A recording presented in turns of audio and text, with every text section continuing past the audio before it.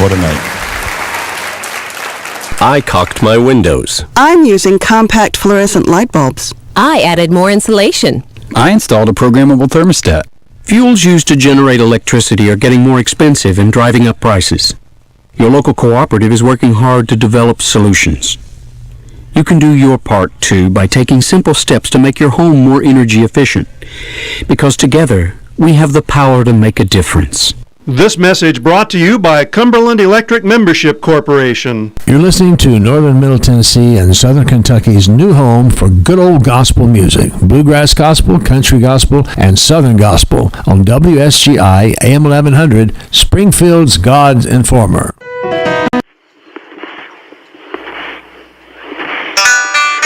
One street over there's a life I could have known, one beyond my wildest dreams.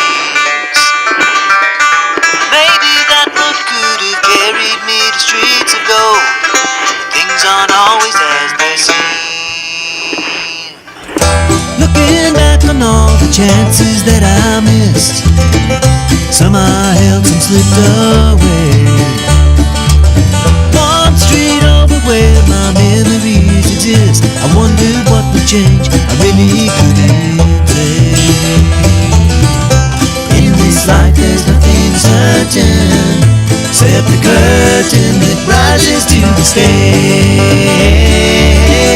Silly games of second guessing, I just forget the lessons that I couldn't learn. Because one street over there's a life I could have known, that would have kept me from the one I have today.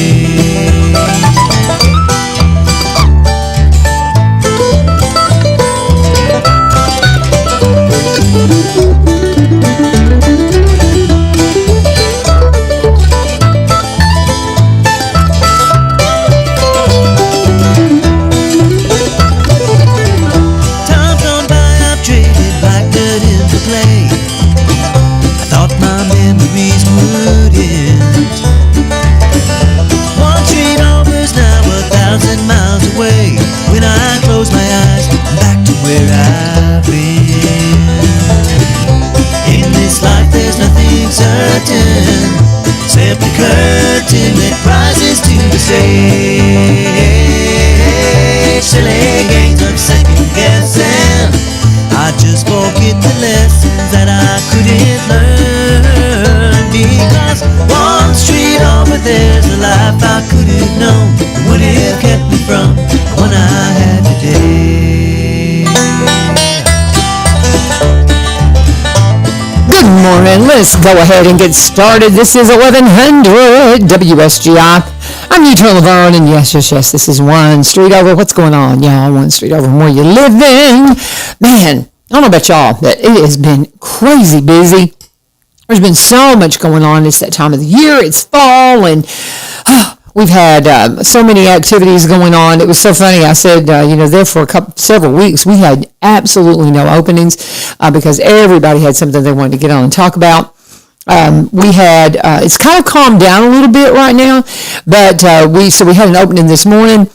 Reached out to Senator Kerry Roberts, normally comes on the fourth Monday. He was unable to come last week, so we ended up talking to our friends from AFS about exchange students, and I hope that if you're interested in the exchange program that you'll reach out to them. So many wonderful kids. It's something that I really want to do. I got to talk my husband into it. Eventually hosting ourselves. I've got a cousin that's hosting a young woman up in West Kentucky. We've got a student from Chile that you got to meet last week, and she's just adorable. But just so many wonderful things you can do through the foreign exchange program with their students. But right now, Dr. David Evans is on his way in. He got stuck behind a bus on his way into the studio this morning, but I've really been wanting to get Dr. Evans in here because, and of course y'all know him as the preacher up at Springfield Baptist, but he's got a background that I'm so interested in because he worked in apologist stuff for so long, and that's the defense of Scripture and the defense of God. Something that I was super passionate about and still am, but it's just I'm to that point that if you don't see God, I don't know what to tell you, because the incredible design is just beyond I don't know. It's like the heavens declare the glory of God. The skies proclaim the work of his hands. Day after day, they pour forth speech. Night after night, they display knowledge. How can you look into the heavens and not see the Creator? But so my passion has really been hermeneutical study and the study of Scripture from the original intent, which has driven me into a study of Israel and the Holy Land, and a passion that I had as a very young child into archaeology. That was something that I was fascinated with as a kid, and honestly, my first interest in archaeology is probably what pulled me away from an understanding of Scripture, because I was always taught about a very young earth and that it was only, 7,000, 8,000 years old. And as I got to understanding archaeology and things like that, that seemed that the things that they would dig up would cause me to believe that it's much older. And so that's probably one of the first things that got me off into apologist study. But again, I'm just kind of unpacking for you what I want to talk to David about. Number one, I told him yesterday, I said, you can talk about anything going on in the world because there's a lot. And I said, but I am very, very curious about some of the things. He goes to Israel all the time.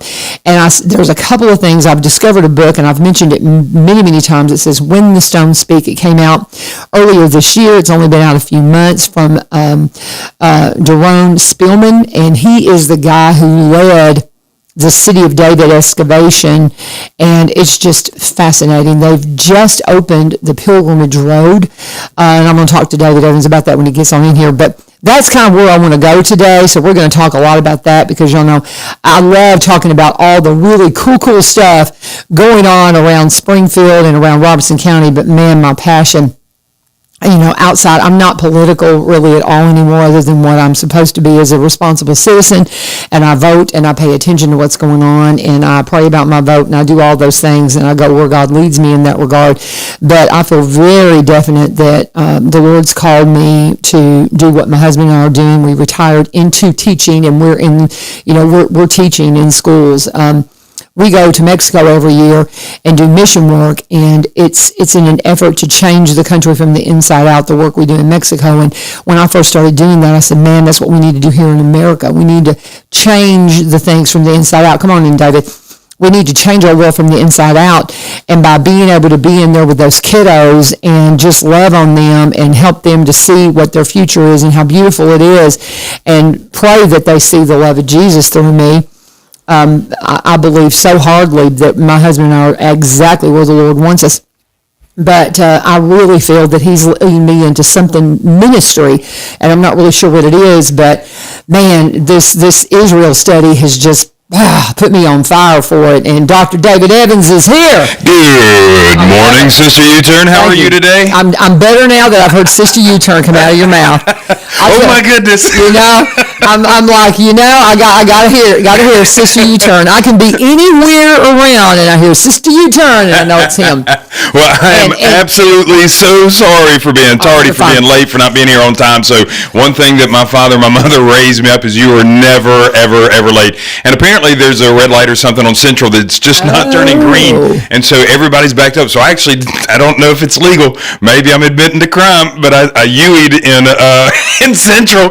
I'm sitting there listening to the show, and I'm like, I'm going to have to leave this line just so I can get here on time. So I'm cutting through all the back roads, and I even saw an officer. I thought, man, I could stop and say, hey, there's a red light, but that would make me even more late. So he'll figure it out in a minute, but I don't know. Man. I mean, I sent you the picture, like, oh my goodness. Yeah, I saw the image. Moving and all, and so I think I sat there for 10 minutes.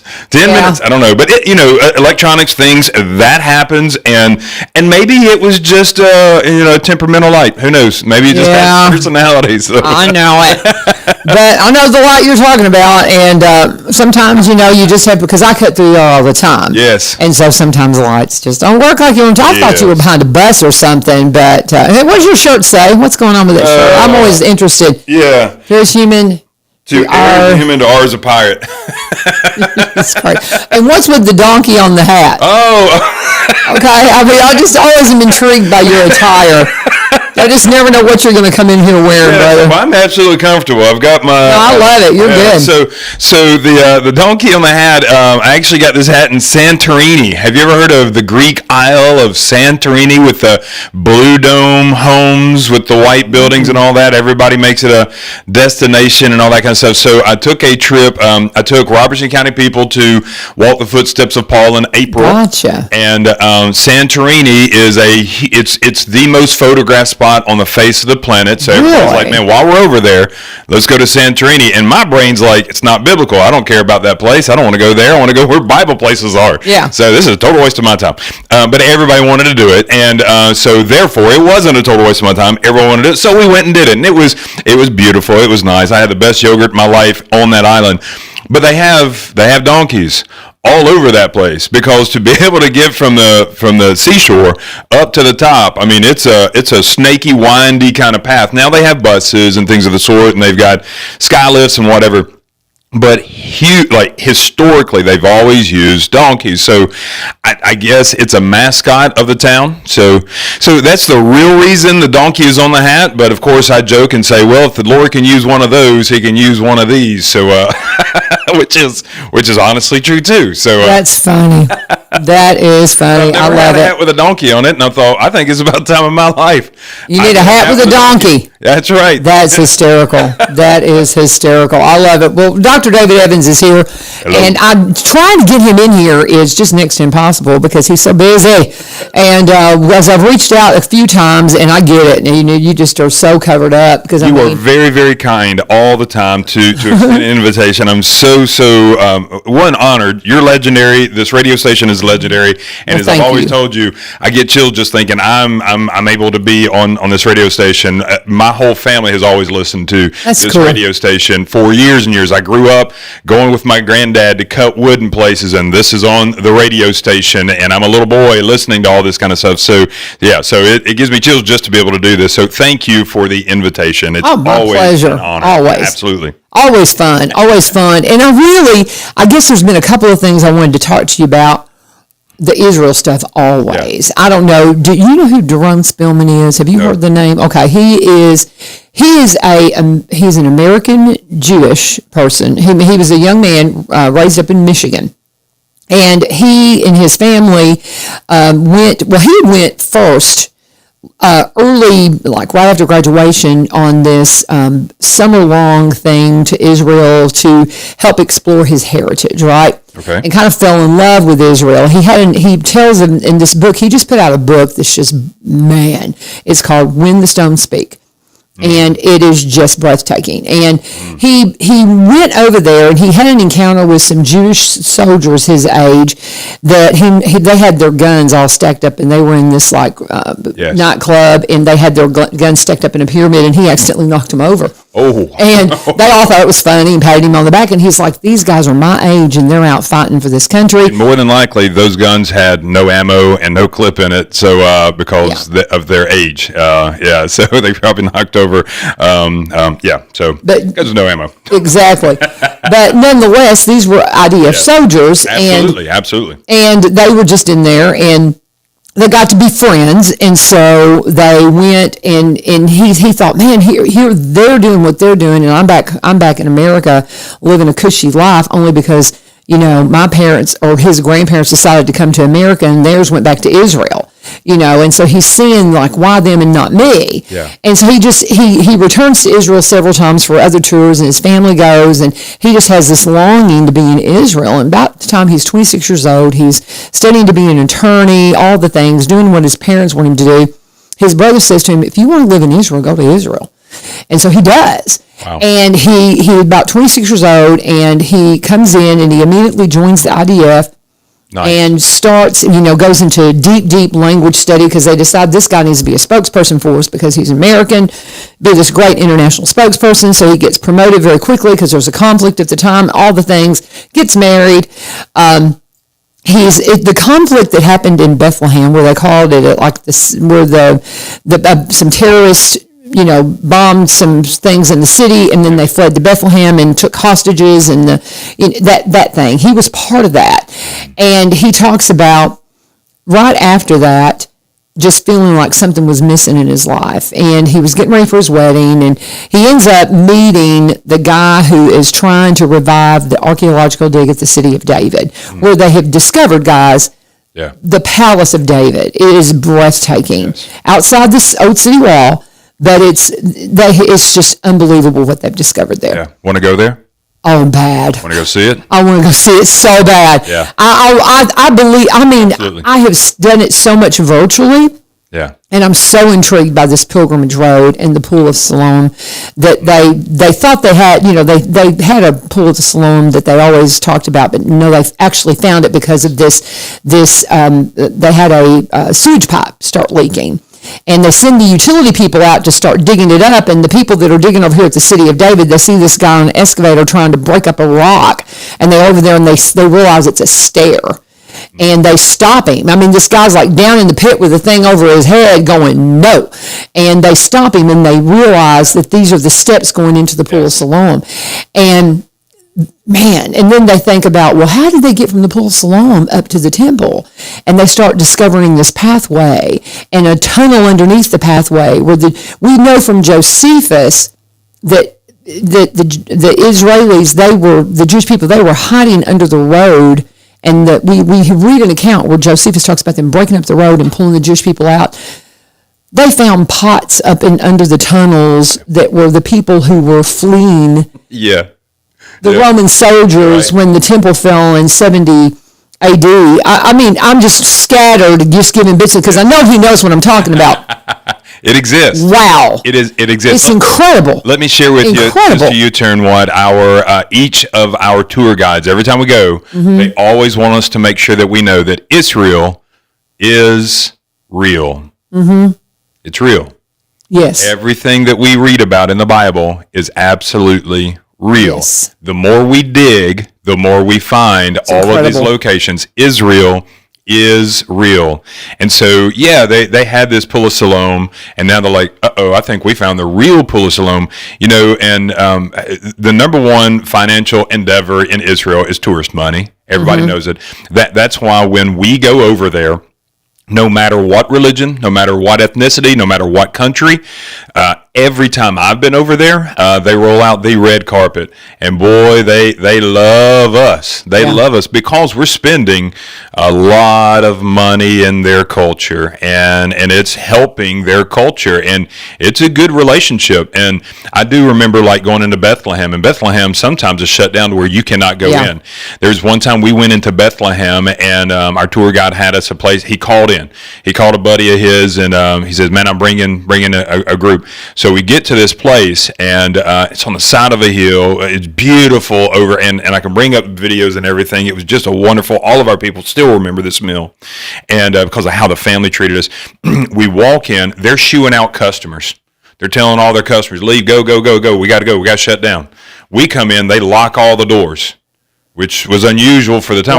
Right. And I got 42 people there, and I'm looking around, and I'm like, what's going on? I'm 36 years of martial arts. There's only so many of these folks I can take on at once. Whatever. What's happening here? You're like, oh. And the family, they shoot everybody out because they only wanted us to have a private dinner in their public restaurant. Wow. They brought out this huge dish that they'd been cooking all morning and everything, because I guess he had set it up the day before, something like that. It was a rice, it was a potato, it was a lamb, it was a goat, it was something. And it was the most delicious, just savory, meat and potato type of, literally meat and potato kind of meal. And they danced and they sang and they danced around us and they got us up and they danced and we danced, and like, I didn't dance, I'm going to be honest. So I'm a little too white, lanky, and I can't be doing it, man. I just ain't got nothing in me, so I cannot dance. So they were all dancing. Everybody's yelling, and there was some tambourines. I think there was something else, but man, it became a family party and a welcome. They had opened the doors, and they were just like, "Thank you for coming to our country. Thank you so much." Highlights for me, man. I got to see the Dead Sea Scrolls, and Sister U-Turn. It was amazing. Our Jewish tour guide, I'm like, "Man, can you show me where Isaiah 53 is?" Like, I can read Hebrew, but man, like when you see it, you're like, man, I don't want to mess this up. I just want to see it with my eyes. I want to just, because it's behind glass, I just want to get as close to Isaiah 53 as I can.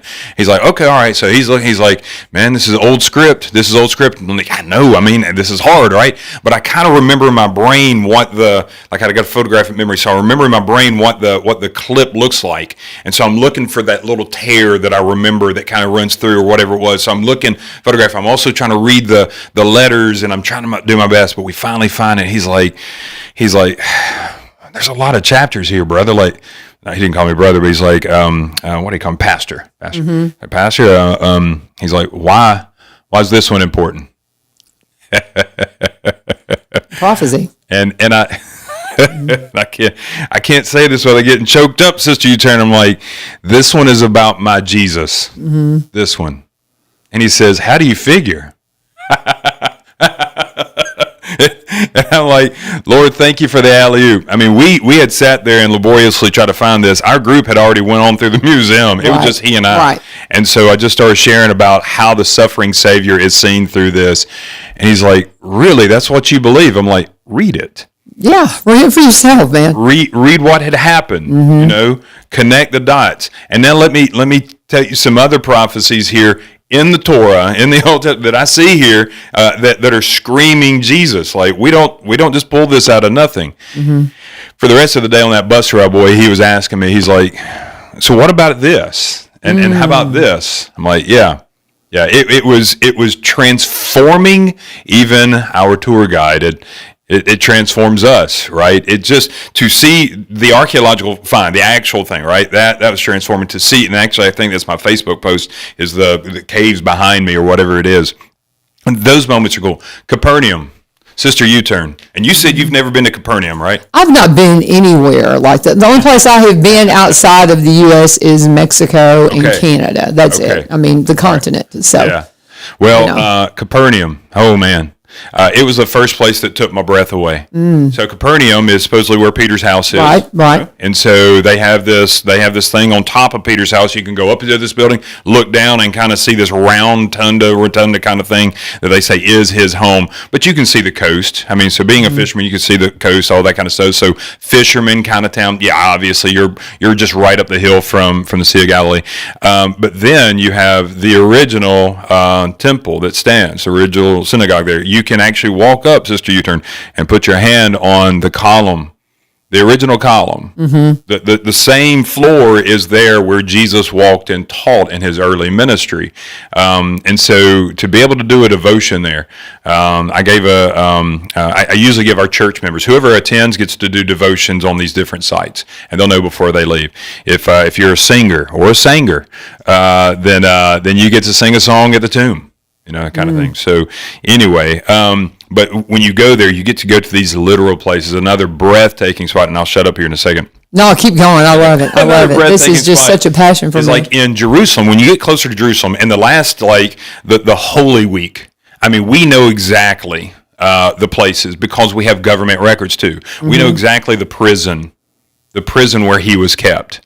And the prison that he was kept, my roommate for the trip was attorney Joe Johnson, my buddy Joe Johnson. He did the devotion as an attorney in the prison of Jesus. Oh wow! Oh my goodness! Oh wow! And he was like, yeah, it kind of took my breath away to kind of realize, and I had to compose just to be able to do the devotion. I'm like, yeah, isn't it breathtaking? You're an attorney in life, but this is the jail that our Savior was kept. We know it was right there on that floor. We have floors underneath a nunnery where we know for sure it was a part of the Via Dolorosa, the part where he was dragging his cross. Put your hand on that spot that he had to go through to drag his cross from this place to this. Mm-hmm. And so, and the floor is exposed. But yeah, you have all these locations. Now, some locations, like the commissioning of Peter, it happens somewhere on this part of the shore, and Emperor Constantine has a church building, or a Catholic church building, sitting on a spot on a rock that they said it happened. And I mean, okay, sure, it happened somewhere around there, and those are a lot of spots. the place of Jesus' birth. There's a hillside and there's some caves, and you're like, okay, this looks like it could have been the place, right? So you're close. But then there's some places you can actually literally put your hand and said, this is it. Yeah. This is exactly it. And just like what you're talking about now, there are more and more being dug up around the city of Jerusalem. And the closer you get to Jerusalem, it's less countryside. And so it's less kind of amorphous on like, okay, did it happen here or there? Is it 2 steps over? Is it 2 miles over? Well, it happened in this area. But when you get into Jerusalem, no, this is it. Like, they have the tomb of David. You can put your hand on the coffin of King David. You can see Absalom's building down in the valley of Kidron. So as David's sitting there in Jerusalem, he can look down at the tomb of his son. And that tomb still exists. It's right there. The Mount of Olives, it's right there. You can see exactly why Jesus and his disciples, when they were done ministering in Jerusalem, went into the Mount of Olives, because olive trees, they're low, they're stumpy, they have this covering, and so when you walk in, nobody in the city could see you, and it's very spacious because they take up a lot of space. And so you're just kind of meandering through all this, but you're able to look down and see that spot. Yeah, our group had a really cool time, Sister U-turn, when we were at the Mount of Olives. There's a group there that has a section of it, and it's rock walled off or whatever it is. And being rock walled off, like, you get an hour. Like, we reserved an hour just for Robertson County people. We had 1 hour on the Mount of Olives just to be there by ourselves. They shut the gate behind us. Nobody else could come in, and we had this huge tract of land. It was just the Mount of Olives that we could see Jerusalem. We were there, and we had one gentleman just start launching into In the Garden, which is one of my favorite hymns. Me too. My daddy used to lead that. Oh man, it was just wild. It gives me chills. It's wild. So the rocks will cry his name if these ever become silent. All right, Jesus said it, and we are finding more and more archaeological finds nowadays. And the thing that always has blown my mind, coming from a worldview of atheism to full-blown Christianity, where I'm a Southern Baptist now, believe the Bible through and through, rocks. I mean, I'm an evidential apologist, so I'm not a presuppositionalist. Typically, I love the evidence. So I love the doubting Thomases, where Jesus came into Thomas's life and he didn't rebuke Thomas. Thomas is like, I'll only believe it if I've got evidence. All right, I mean, we got people like that all around us. Oh, yeah. And so the first thing that Jesus did when he appeared, he didn't rebuke, he didn't correct, he didn't say, he said, feel the scars. Touch my side. Oh, I'm about to choke up now just thinking about the moment where at any moment he could have obliterated all of his disciples for the doubt, the fear, or whatever. I mean, we all deserve it because we're sinners. But for Thomas, oh my goodness, he says, you need evidence? Here. Oh, there are so many digs that are being, there's so many excavations in Jerusalem, and the one that you're speaking of is yet just another one, and there's so much more. It's weird as an American. I'll say this and I'll stop because Sister U-turn, I know you're biting your lip. You got to say something. But it's odd as Americans because we don't have thousands and thousands and thousands of years of history that we're standing on. I mean, people walk out and they say, man, I found some Indian money. Have you ever had some exactly. Indian money? And that kind of thing. And we'll find like arrowheads or something like that. And I got a lot, I'm 1/8 Cherokee Indian. So I really appreciate that heritage and that history, right? But like there, thousands upon thousands upon thousands. Everywhere you're walking, you may be walking on a past civilization. Everything has been built on and built on and built on and built on. It's amazing they're able to build anything nowadays without some multi-million-dollar excavation type process just to make sure you're not building on some tomb or some city that we've been looking for. It's amazing the depth of dirt, of soil, and history that is found there. Oh my goodness, there's just so much. It's very rich. It's amazing, and you're talking about the where they dig and how they dig and all these things, and there's so many restrictions on what you can and can't do when it comes to building and those kinds of things in Israel because of the archaeology.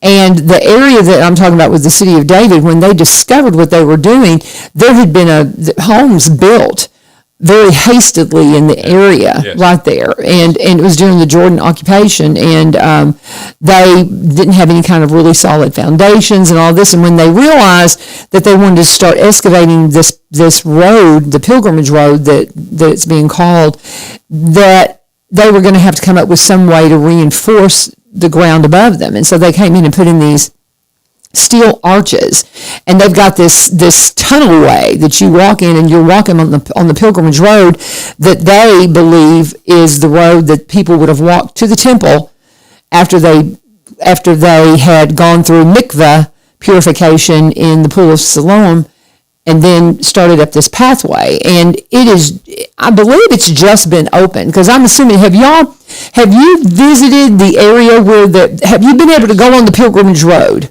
I don't think the pilgrimage road, I'm bringing it up, you hear so many terms, things. I don't think we've seen the pilgrimage road. When we go over there, we're told about, hey, there are this site, 4, 5, 6 different sites that we're excavating, and it's not open to the public. But then we've been on similar,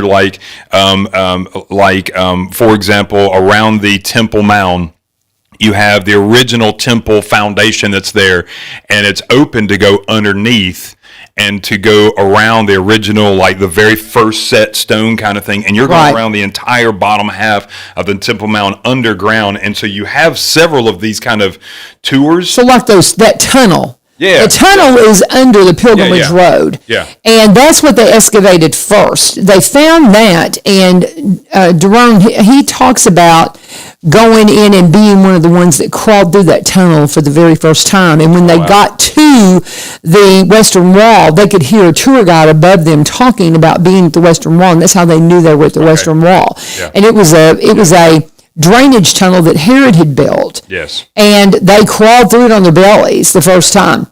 Yeah. And they did that excavation before they did the pilgrimage road. But this is like a little video of them, because I mean, it's just, I am just fascinated by this. That's a place, this area this is a place incredible. You've been able to go.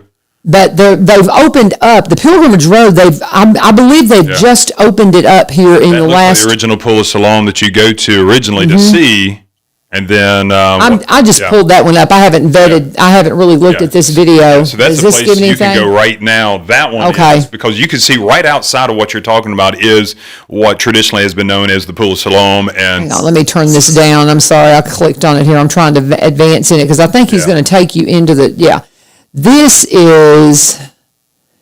is like, I think this is the actual road under the under the city. And it's just been opened. I mean, it's just been opened.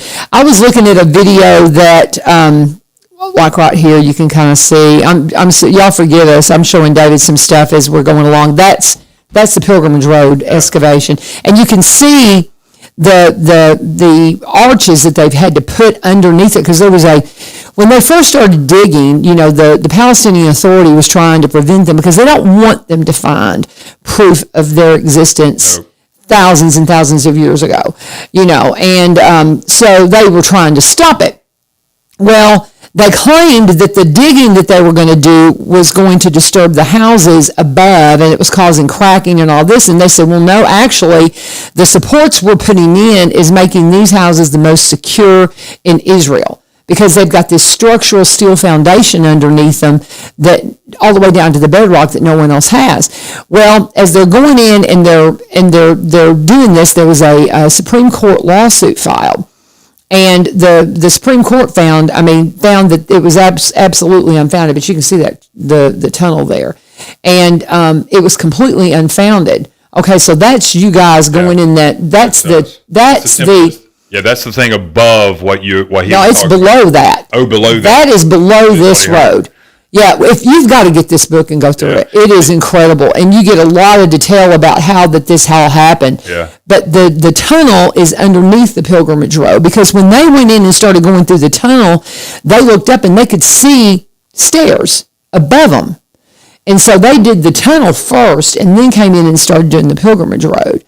And it's just opened. And Duran's book came out right at in May, I want to say. Yeah.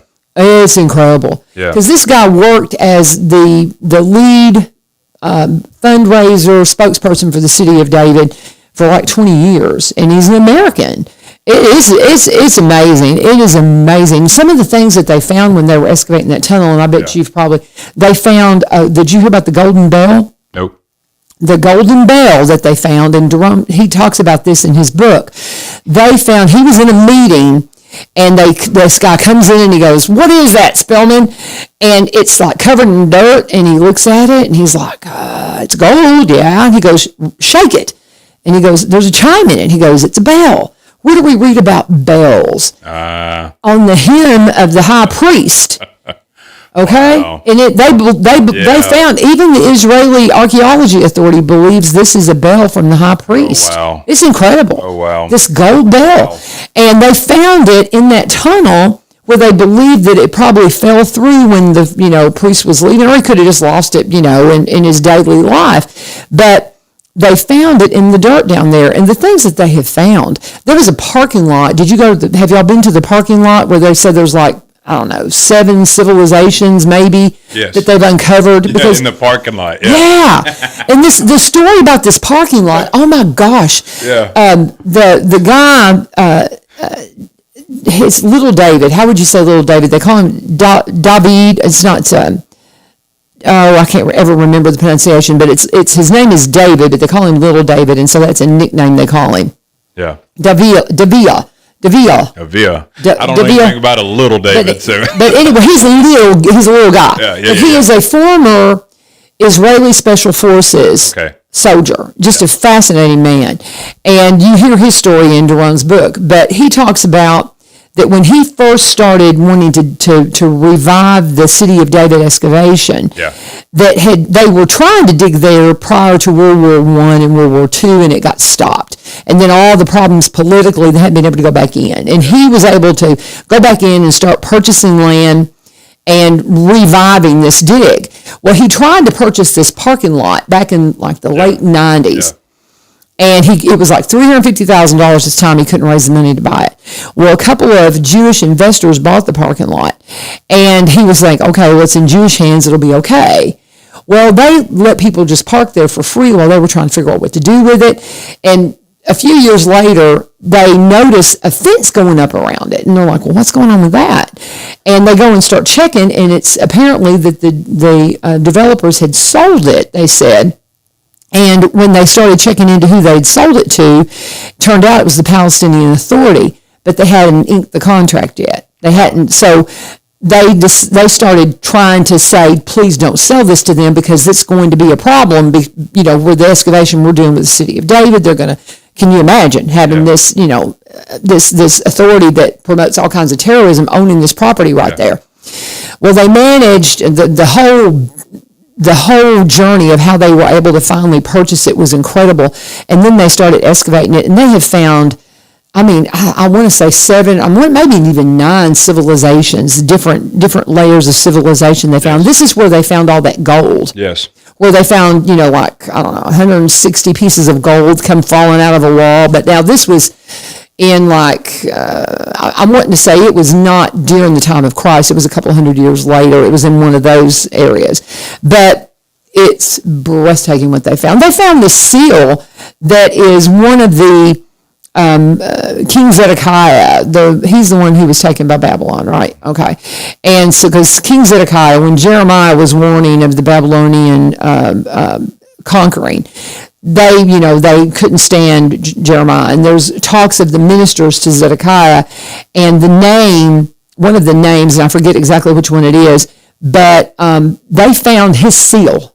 Yeah. They found his seal. Yeah. And the archaeologist that found it said that had it not been for the burning of the temple when Babylon came in and took it, and they set everything on fire, that burning cured that clay seal like a piece of pottery. Yeah. And you can see his name on it. Yeah. And it's right straight out of the Bible, y'all. I'm like, yeah. I just, It's incredible. Yeah. The things that they're unearthing is just incredible in the last 20 years. Kind of office like denarii coins from that time, old archaeological things that you can purchase and buy, that kind of thing. But I laugh on the parking lot because, again, I mean, before you build anything in Jerusalem or Israel, you should have some major excavation. They built a parking lot over just a wonderful treasure trove. Treasure trove, for crying out loud. It's all there, and like, we don't understand it. Like, we've got so much farm area here, beautiful area here, and we don't have to dig like that. But there's just layers upon layers upon layers. When you talked about a little David, let me show you. This guy right here is, and nobody in the viewers, this guy's 5'2". Oh, wow. Okay, that's a normal doorway in Israel and Jerusalem. Oh, my goodness. You have to duck. You and I have to duck all the time. That's hysterical. That dude is so small. Funny. He's the only one that could walk clear through that door, and that's in Capernaum. So that's crazy. He could walk clear through that door without bumping his That's head. All funny. the rest of us had to do, and so it illustrated that people that age, they 4.5, 5 foot. That kind of thing. So when you think of King David as a shepherd boy, not only was he going to be short as a full-grown man, but he was also a boy, so he was just a small little human. Yeah. And so going up against the giant, right? So but that doorway is one of those. You see when you walk there, when you breathe that air, when you eat the food, the Bible becomes alive. And I've always been told, before you go, you read it in black and white. After you get back, you read it in color. And Caesarea Philippi, your heart will be wrenched out, absolutely wrenched out. Scripture, for example, I think I heard you talking before I got here about young earth, old earth. And I got a lot of staunch young earth friends. I'm an old earth guy. And so people are like, how could you be? And we've counted all the numbers and stuff like that. I'm like, it's impossible to count numbers in Scripture. Because let's just use, for example, the time when Jesus was with his disciples and they went to Caesarea Philippi. You have a verse change. But in between those verses, it took us like 2 hours to drive to Caesarea Philippi. How long did it take Jesus to get there? It's the time within that verse is huge, and you don't see that unless you see the geography and stuff. And granted, they're like, well, we count up all the genealogies, stuff like that. I'm like, okay, so you're close. You know the life, and there's a 6,000, 7,000, 8,000 years worth of life. Yeah, sure, that kind of thing. But how long were those two in the old Garden of Eden before they ate? We don't know. We have no clue. And was God's plan that easily thwarted that quick? That it was just like maybe 20 days. Yeah, just a week, just 20 days, God built in a week and then they ruined it in a week. I mean, was it, are we that effective in our misery and sin, or are we that, anyway, so that's a whole nother conversation. True. Deprivation. So anyway, so you see in the story, like going to Caesarea Philippi, it took them a long time. And then why in the world did Jesus go there to have that discourse?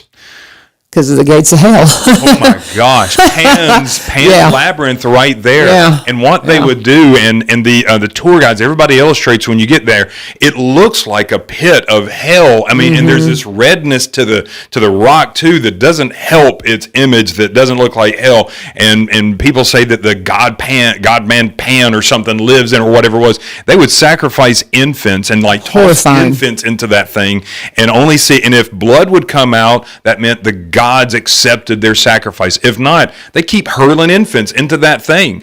And then right beside it, you have prostitution, you have drugs, you have homosexuality, you've got all these other debauchery type things that are occurring while you're killing babies right here. Caesarea Philippi. Jesus stood in the midst of that and asked, who do you say that I am? Like, who am I? In the midst of sin, in the midst of just the worst place that I'm sure they could imagine on the face of the globe at that point, Caesarea Philippi. Oh my goodness.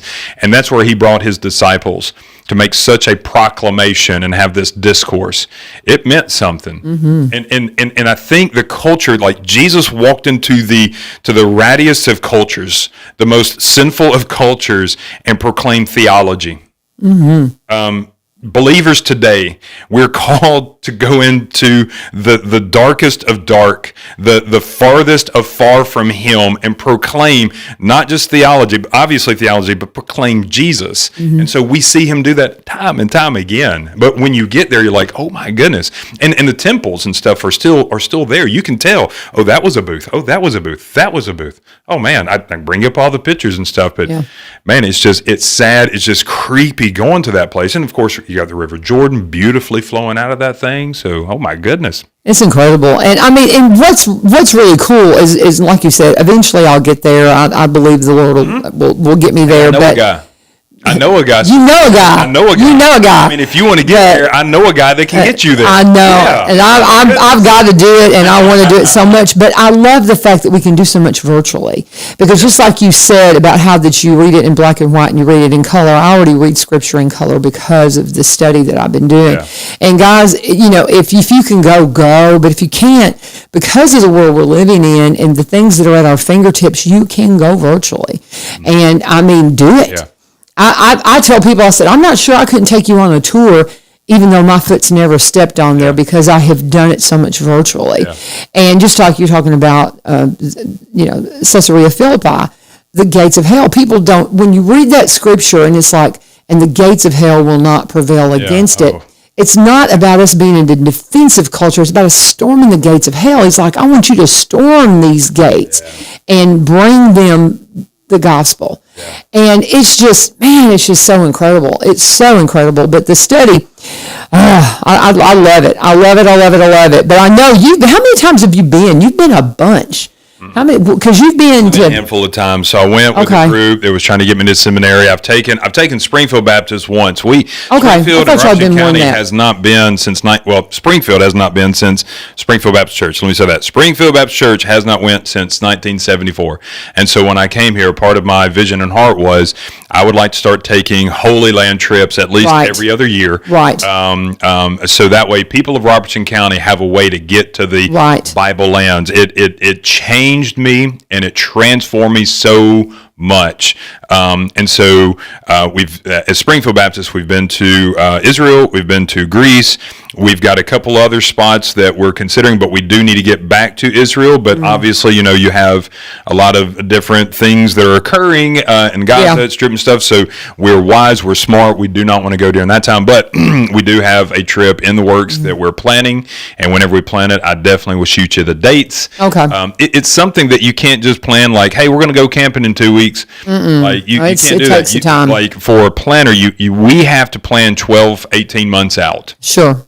And when we plan 12 to 18 months out, we may not publicize it, 10 months out, but we're working on it 18 months out because we have got so much we have to do, and then we have to watch what's going on, that kind of thing. There's always been some kind of riffraff, something always kind of occurring over there. But again, every time that I have went over there, Sister U-Turn, they have rolled out a red carpet in the middle of Jerusalem. In the Jewish quarter. They have a Christian quarter, Jewish quarter, Islamic quarter. And in the Jewish quarter, we were eating lunch and just sitting there and just got something from whatever place, and fast food, Mediterranean kind of, oh my goodness, it's just so delicious. And sitting there eating, and a random Jewish man came up and said, "Are you done?" I'm like, I didn't know him from anybody. I'm like, well, yeah, I'm done. He takes my tray and he busses my tray for me, and he just kind of keeps walking. He didn't work at the restaurant I ate at. He wasn't working in that area. He wasn't cleaning up, nothing like that. He was just somebody just in that community, and he saw a tourist. He said, "I'm going to take and bless you." Hospitality. That was one out of like 1,000 times that happened to our people while we're over there. Random people of the community. Oh, you're here. Here, let me help you. Did you need a bottle of water? Hold on, let me help you down these stairs, ladies. Yeah. And then like just other people, they're just walking. They see a lady. They're like, here, let's help you down. Because they want to make sure you don't fall. They want to make sure that you have a great time. They want to make sure that, well, I mean, obviously spend money, and we want you to come back. Keep coming back, please. It really is a major just source of life tourism dollars for them. And so nobody wants to mess that up. So when there is a tourist, and man, I wear the big fat tourist hat and everything like that. You wear the Hawaiian looking shirt, so they make sure you know. Chief of all tourists, look at me, give me the goofy hat, boy, whatever it is. And so when they see it, everybody kind of clamors around to make sure that you're enjoying yourself, you're being taken care of. And they'll haze even our tour guide. Are you doing this for them? Are you doing this for them? Make sure you see this. He's like, I've got it. I'm pro. That's great. That kind of thing. So they and no matter what their religion or ethnicity or who they are, they really, really take care of you. And it's we were going up toward northern Israel, and we're at kind of next to the border, next to a country and that is not as friendly or something. And we saw a tank kind of drive up on a hill. And man, our bus driver and our tour guide got tense. I sit up there with them, got tense, and they said, "Uh-oh," all this kind of stuff. And they got quiet or something. Our people were just talking. They didn't see any of this stuff. And then all of a sudden, the soldiers, they're just kind of looking. They're kind of rubbernecking it. And then they all start waving, "Hey, everybody." Turned into like Gomer Powell real quick. Everyone's like, "Hey." And all our buses, like, "Hey, everybody." So everybody's like waving back. Soldiers are waving at us. That's You're waving funny. at them. Yeah. And to kind of follow back up on something I said earlier on the guns, that was no slight. I want to clarify that. That was no slight, like, well, they had no bullets in them, that kind of thing. It's a different cultural thing that occurs over there. When you hit 18 years old, you're in the military. Yeah. Everybody. Like, we don't get that here. And then we've had a draft years ago, but we don't get that here. But when you are over there, you serve in the military from 18 to 20 at least, if not longer.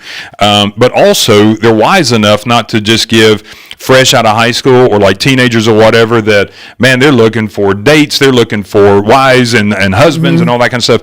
They're smart enough because these people, the students, these young soldiers are just walking randomly through. And that's their job. We're going to put a huge gun on your shoulder. You're going to wear all the camo, and you're going to just walk around normal tourist things to set a precedent and image that we're always present. But we're not going to put bullets on you at all, because if you trip and fall, I mean, that's an international incident, right? Right. Now, I say that because we're not accustomed to that kind of, just as soon as you graduate high school, you're going to put in 2 to 4 years, whatever it is. But then when you go to the Temple Mount, you've got older soldiers, and you've got artillery that's heavy. It's, again, something we don't realize. They're always under the constant threat of war. They're always under the constant threat of someone taking land. They're always, that Iron Dome, oh my gosh, that's a conversation by itself. Oh, yeah. That's amazing to think and consider that technology and what they have had to do. I mean, we've got water on both sides of us, and we've got Canada and Mexico, so we've got friendlies all around us kind of thing, but that's not Israel. They have enemies all around them, and so they have got to protect themselves, and there are billboards that remind you, it shows their Air Force. They can be anywhere in their country in 6.5 minutes. So if something happens, they can have birds in the air within 6.5 minutes, dropping whatever it is that they want on top of you. So they're very clear about their military prowess. They're proud of it, and they've had to use it a whole lot more times than what we've had to use ours, right? And so, but they're painted into a corner. But it's always been that way. It's always been the land that everybody wants, and especially now, it makes money. Everybody would love to have that because of the tourism dollars. So they have to have that. So anyway, I was saying that it wasn't a slight. It was just, it's a different culture, and they have to have it set up a different way. So when you have guns set up in a pyramid, it's not like, oh my goodness, if one falls, you're going to blah, blah. No, they don't have ammunition and those kind of things. I had a military guy actually point that out to me last time. He's like, have you noticed there are no clips on those guns? I'm like, you know what? I never did really look, because I don't want to stare at them. Right. But then when we got to the Temple Mount, he nudged me. He's like, "Then boy, got clips on this one." So they've got their Temple Mount. They're very, very serious. You have to be very, very reverent. There's no joking up there. I mean, it's a very serious place. Yeah. Did you have any exposure? I'm going to do an ad here, but did you have any exposure to the sifting project coming off the Temple Mount? Because they did in violation of what they were supposed to do. They excavated excavated a bunch of stuff around the Temple Mount. And they took and when some of the Jewish archaeological folks discovered this, they went to where they were dumping the dirt, and they started this huge sifting project. And the things that they're finding are incredible. I tell you what, Sister U-Turn, you best do your advertisement right now before we get into this. Okay. Yeah, I got some thoughts. This is so cool. But anyway, ever since I've gotten into this book, I'm like, I gotta get David in here and talk to him about this. All right, guys, let's talk about Barry and Rebecca Richards. We've just got one ad we're going to run today. Barry and Rebecca Richards with Exit Prime Realty. It's so funny. I pulled up her page, and this is something we have talked about a lot. About when is the best time to invest in real estate. Is it when rates are high, rates are low? And the thing that they always say, it's always a good time, because if something that you're interested in becomes available, it may be the only time in your lifetime it's available. So you better get on it. If interest rates are high, and she kind of outlines this in this post, if interest rates are high, that means housing prices, the actual selling price is going to be lower. But if the rates come down, the housing price is going to go up. It never changes. It just kind of moves the space a little bit. So if you're interested in investing and you're seeing the market starting to move, you need to get on it. You can call Rebecca at 615-504-7425, 615-504-7425. She even has a little thing on here about if you're wanting to be one that wants to flip properties and you want to get a fixer-upper. There's a neat article in here that talks about how you should tackle the fixer-upper. And and she's saying, it's probably not the things you think right out of the gate that you need to look at when you're trying to fix up a home to possibly resell it. Or maybe you're getting a fixer-upper and this is just one you're going to live with, whatever it might be. But you can absolutely learn a lot by following Barry and Rebecca Richards with Exit Prime Realty. They both have a Facebook page. Follow them. And make sure you hear everything that they have to offer if this is something you're really interested in. If you're wanting to get some property and be a person, be a landlord where you can rent some properties, it's a really good time to do that. If you're wanting to possibly just downsize, if you're older, she's one of the first in the area to be a seniors real estate specialist. She can help you with that. Maybe, my kids have all moved away. We talk a lot about, we've got this land. What are we going to do with it? We're keeping it, number one. It's not for sale. People ask us all the time. But we're hoping one of them will come back and eventually build on it. But when you don't know, when your kids are older, maybe they've all moved away and they have no intentions of that. What are you going to do with the land? Do you want to downsize? What do you want to do? All the nuances of it. They can help you out. Barry is the broker here in Springfield. Rebecca has her office up in White House, an agency office, and they put those two together to bring a new branch in the Exit tree, Exit Prime Realty. They've been with Exit ever since they got started in real estate, and they've been at it a while now, long time. They're Cross Plainians. They've been up in Cross Plains for 30 years. So this is home. They specialize in Robertson County properties, but they also buy and sell in the surrounding county and across the state line in Kentucky.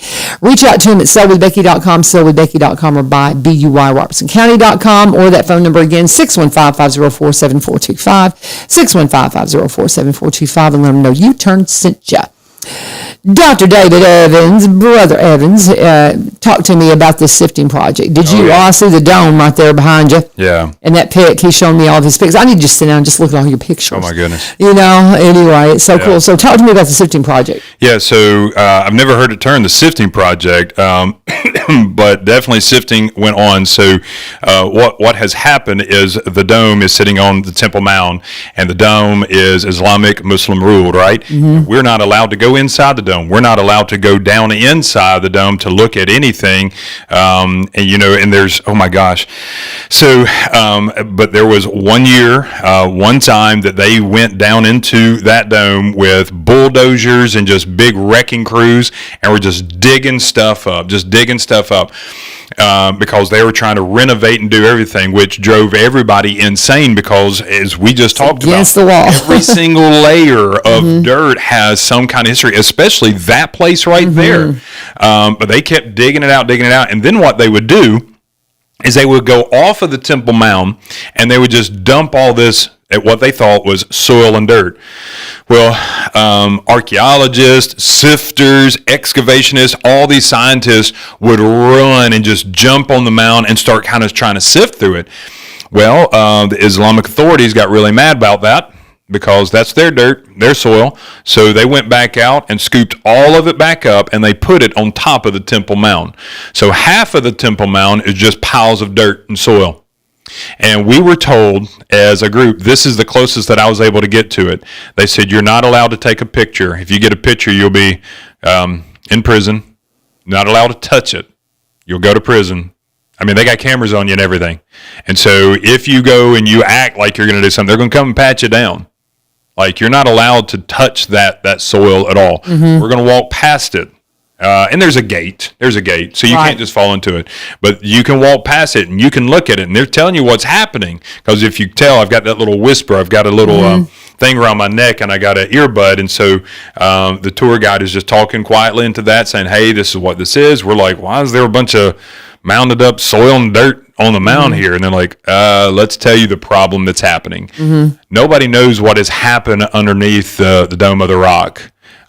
Because if you're not Islamic or a certain level of Muslim, then you're not allowed to be in. And Jewish people have lost their mind about it. Christians have lost their mind. I mean, we want to go because it's a part of our history as well, but we're not allowed to go down. But it's been torn up and torn to pieces. Now, as an apologist for Christianity, and let me throw in a nice little, we got, 2 minutes? Let me just throw in a nice little controversial bomb.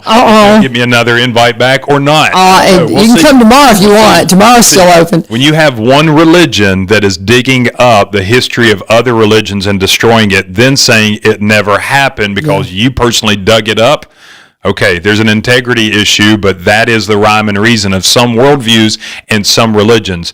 They go in to completely destroy and decimate and then say it never happened. Well, you're the ones that burned it, built it, buried it, broke it, or whatever, and you're trying to erase history. Seems like erasing history seems to be a pretty popular thing in today's world. I'm telling you. Coffee on that one right there. I'm going to tell you, brother, I feel like we've touched the hem of the garment. There's so many things, because like I said, we could talk about some of the things that are going on in the world right now. And I do highly recommend Jerome Spillman's book, When the Stones Speak. It is breathtaking just to hear his account of how he became involved with the City of David. The City of David is excavation outside the old city walls that nobody thought there was anything there. And what they found underneath they actually had an office there, and what they found underneath the office, they have found the palace of King David. And I mean, it is incredible. It is just incredible, guys, what they have found and what they've discovered. And with Charlie Kirk's death, he was quoted as saying that that what we're saying about biblical evidence is real because there's never been anything found that disproved it. Everything they find, all it does is just reinforce what's been written in the Torah, in Scripture. And we just find it reinforced again and again and again and again. But that was one of the quotes I heard from him. And I thought, yeah, exactly. We've never found anything that's disproven it. And again, the things I've talked about that you'll learn about if you read this book, but it's a good one, Jerome Spillman. And it's just out in May. But if you get to Israel, the Pilgrimage Road needs to be the first thing, in my opinion, you go to, because it is, you talk about the place where Christ walked. That's the road between the pool up to the temple, and they would have had to have been ritually cleansed before they went and approached the temple. How did they get there and not bump into everybody else? It's that road, and the houses that are along that road that they haven't even begun to dig into. It is incredible. It's incredible stuff. But anyway, much wealth, so much. So much. Thank you, brother. Love you, sister. You too. Love you too, David. With this, there's not one archaeological find that has ever disproven anything in the Bible. Old or New Testament. Amen. So, truth that we're just going to spit today. Hey, thank you for the invite, sister. You too. Always welcome. Always welcome. I love you too. And guys, appreciate y'all again. Tomorrow we've had an extra couple of days, and I think this is like the fourth or the fifth Monday and the fifth Tuesday, so that's why we didn't have anything already on the books. But so again, I got nothing tomorrow. If you want to come back in and let's continue fascinating stuff. But I hope you'll join us, and I hope you'll just spend some time in the Word today, every single day, because when you do, it just empowers you to really, truly be the light out there. And God bless and have a wonderful day. This is 1100 WSGI.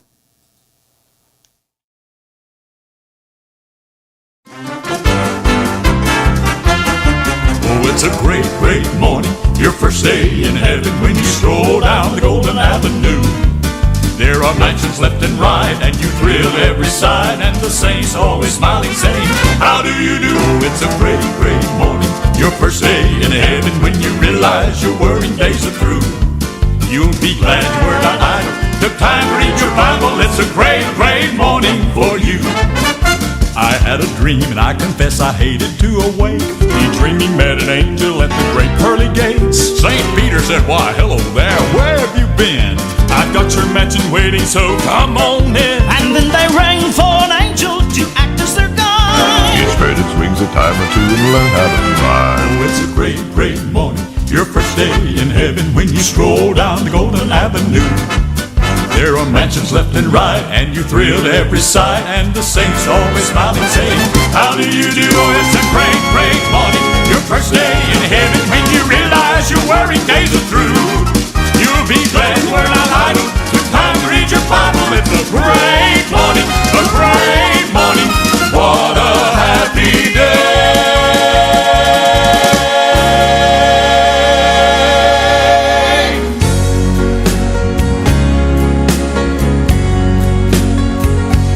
Can't you see the end of time is drawing nigh? Can't you see the end of time is drawing nigh? I see the signs on the land, destruction in the sky. That's why I know the end of time is drawing nigh. The disciples came to Jesus. They said, how will we know when the Son of Man will come again? Jesus told them the signs, and some of them are happening now. That's how I know the end of time is drawing nigh. Church, can't you see the end of time is drawing nigh?